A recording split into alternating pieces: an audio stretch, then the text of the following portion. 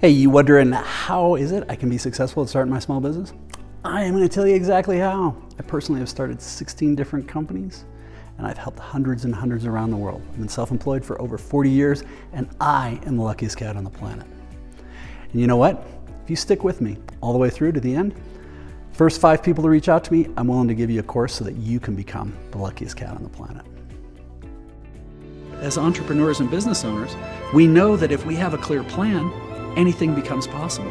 And if you can have a clear plan, a clear process to create that plan, and a way to create clarity with your partner or spouse, you can drive to amazing heights. All right, good for you for showing up and saying, what is it going to take to be a successful business owner? I'm going to tell you the exact steps that you need to do to be successful and where you want to go. The first thing, and this is going to sound kind of crazy, is to figure out what does success look like for you. And this is one of the hardest challenges. And I'm asking you not to bounce out. Bear with me for another minute or two here. Is that the thing is for a lot of people, they define success in dollars. And don't get me wrong, there is nothing wrong with the dollars. I love having multiple homes. I live in a beautiful home here at 10,000 feet in Colorado. I've got I've got homes in other places, and I love my BMWs and travel. It's fantastic, but it's not the only way to look at it. And it's actually the backward way of looking at it. What I mean by this is if you can define what you really love, what you're really great at, what Dan Sullivan would call your natural abilities, your genius. If you can figure that out first, that's going to help. Then second, really define what does amazing look like in your life? Where do you want your life to be? What do you want your life to look like?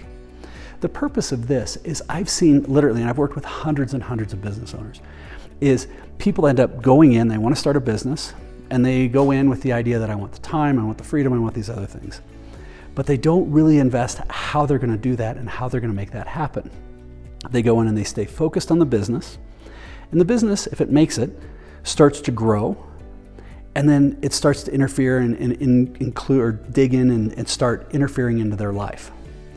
So most people build a business and then try and squeeze their life in around the business. Versus if you can define what an amazing life looks like. So for me, I take 2 months off a year doing adventure travel.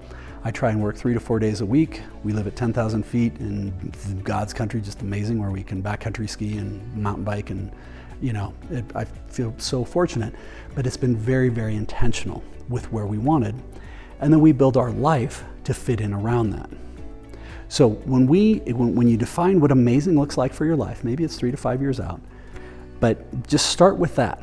Then figure out what is your natural genius. What are those things that you absolutely love doing? Not necessarily what you're good at, but you don't really like. Let's be honest, there's a lot of us that have those things, and that kind of just sucks. So as an example I've used on a couple other videos, my wife, Rika, she was really good with math, grew up in London, and she didn't really know what she wanted to do, so she became an accountant. Cool. Worked at a venture capital fund company. Very cool. Made good money. All right. Hated it. There's a lot of people out there. So for her to jump out of that and go be an accountant someplace else, even if she was working for herself, she didn't really like accounting. So she went through the effort to define what amazing looked like for her. And for her, it's the ability to train for ultramarathons, to do backcountry skiing, to go hiking on a regular basis. She likes to work about 3 days a week, 15 to 20 hours a week, with clients that she really enjoys. We do it in our Zoom studios here in Colorado, and makes a couple, $250, $300 an hour. It's great. She does really well, and for her, she's winning. She built the business to fit in with the life that she wanted. But it's something that she loves doing. And when you love doing it, it makes such a difference. It's so much fun to show up and have that compassion and that passion for what you're doing. And that means that it's things that we love and we're good at. Now, sometimes, well, dude, what if it's something that I love but I'm not very good at? Well, sorry to say, but that's probably more of a hobby. So either look at your hobby and say, are there ways that we can pull things out of it that we like? Now, in my book, best-selling book, The Aspiring Solopreneur, we talk all about how to go through, define what your zone of genius is, where you're great, what an amazing life looks like, and then we go through very, very mechanically on how to build a strategy to test and vet your different ideas, how to go through and build those things to define where it is you want to go. So when you decide to jump, poof, you can jump, and you know without any doubt you're going to be successful. But again, we're wondering how to be successful at starting the business across the board. So the first step is to define where we want to go. The second step is start figuring out what it is, our product or service that we're offering, and how is that going to incorporate into our amazing life. Now look, don't get me wrong, I love the finances and the money and the success end of things. I love my BMWs and multiple homes and flying first class and taking a couple months off. It's fantastic. But it's not the only way to measure those things. Yours is going to be different. I know people that like working 1 day a week, literally, and they're in the backcountry the rest of the time playing their brains out. Good for them. I know other people that like working 6 days a week, and they print money, and that's what lights them up. So it really depends for you on what it is. But we define those things. We start figuring out what the skills are that we have, and then we talk about in the book how you go out and test and vet those ideas. When you start to get pretty close to what you think you may have as an idea, like, yeah, this is getting close, well, then you're going to want to build a team of advisors. And we specifically talk about how to do this in the course, and this is the course I'm going to give away, is how do you go through, what are the specific questions we ask to find a great small business accountant, a great small business attorney, a great small business banker, and a great small business insurance person. A team of advisors that will start working with you a lot of times for free, that can really help build and shape and nurture the business idea that you're looking at.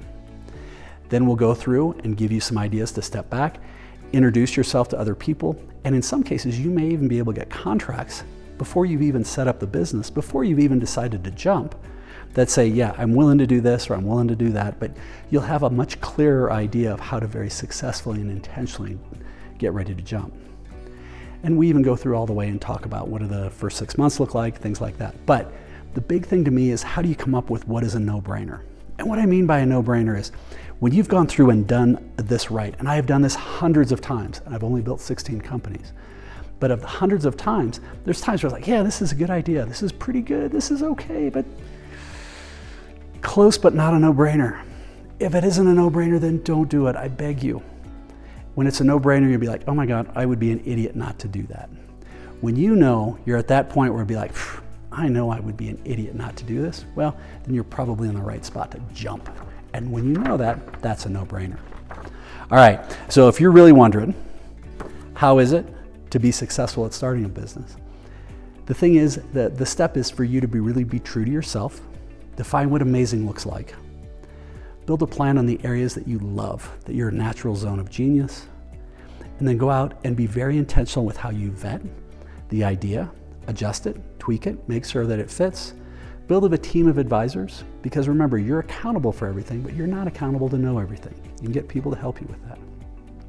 And build an entire plan and roadmap that we can do with the course, so that you know when you're ready to pull the trigger, boom, baby, you know it's a no-brainer. Okay, so hopefully you found some value with this. We've got, I don't know, a couple hundred other videos out there. So have at it, please check them, subscribe, check things out. And if you're interested, and you happen to be one of the first 5, my personal email, and we'll take the email down after we get to 5, is the letter K at entadv.com.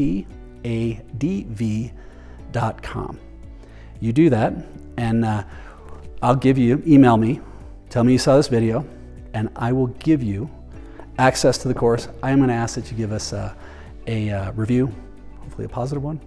But with this, again, it fills my heart when people go out and find success in their businesses.